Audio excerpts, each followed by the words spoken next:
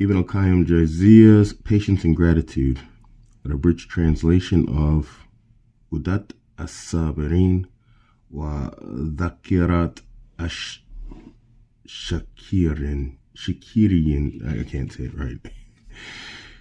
Translators Introduction. We live in an era of overwhelming Western influence where two major ideas are upheld and promoted. One of these is the expectation of instant gratification, whereby few people are prepared to wait or work hard or suffer temporary hardships to get results.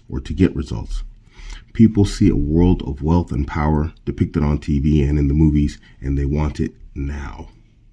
Immediate satisfaction is expected in this world. So how much harder must it be for such people to think in terms of preparing themselves for the hereafter? The other major idea promoted by Western influence is the cult of the Superman. Here too, TV and movies must take much of the blame for filling people's minds with the notion that the stronger and the wealthier you are, the freer you are to do what you like, regardless of the consequences. The idea of the survival of the fittest is used to justify destroying the weak. In their quest for independence and superiority, the godless are turning this world into a living hell where competition and conflict prevail. Crime is on the increase, as religion and morality are no longer deterrent forces, and a sense of fear and insecurity is spreading in its wake. Mental illness and psychological disorders are a further symptom of the malaise caused by negative Western influences. The Islamic way is in sharp contrast to the current trend of the West.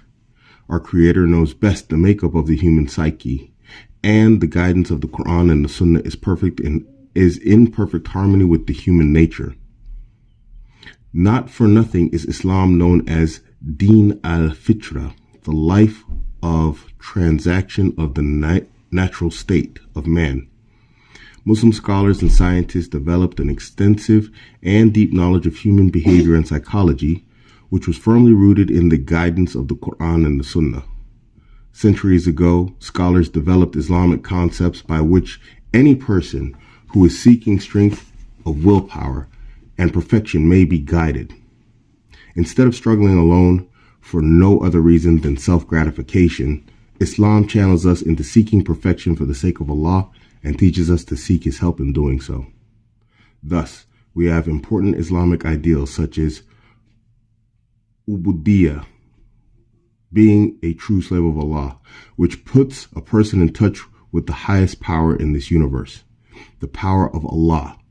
Tawakkul, putting one's trust in Allah, concerning which the Prophet ﷺ advised, whoever wishes to be the strongest amongst men, let him put his complete trust in Allah.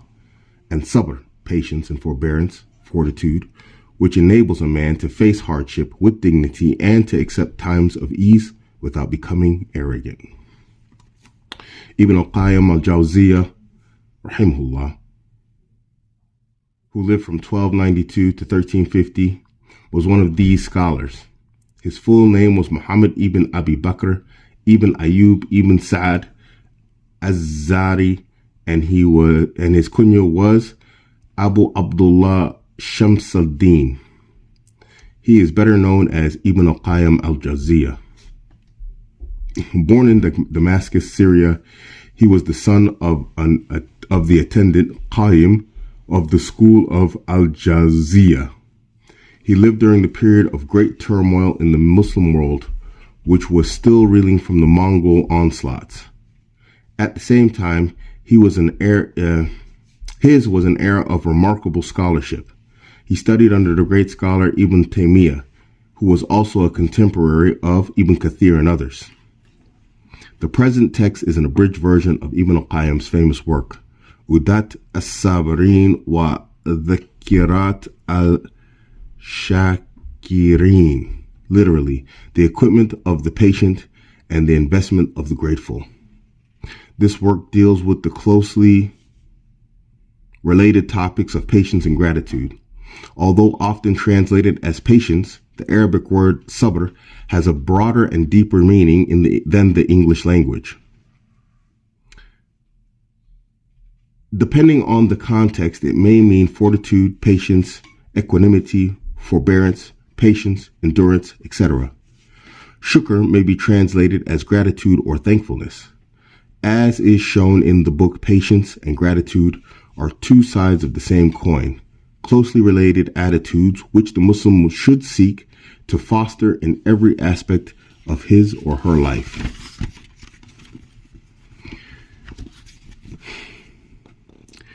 The kind of practical spiritual advice is something that today's Muslims so desperately need.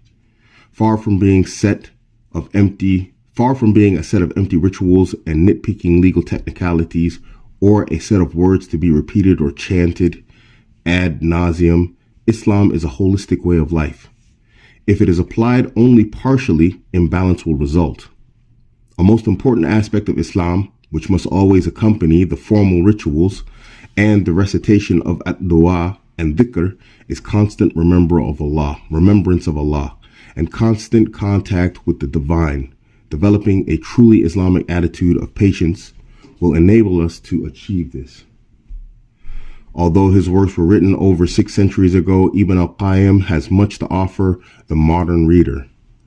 Caught as we are between the tempting influences of the West and the hidebound superstitions of some of our own Muslim communities, Ibn al-Qayyim's level-headed and above all practical advice will point us back towards the pure Islamic way, insha'Allah. It is my firm belief that Islam has the answer to many of the psychological problems that trouble mankind today, such as anxiety, depression, lack of confidence, addictions, etc. In direct contrast to the Western focus on self, Islam tells us to look beyond ourselves and focus on Allah.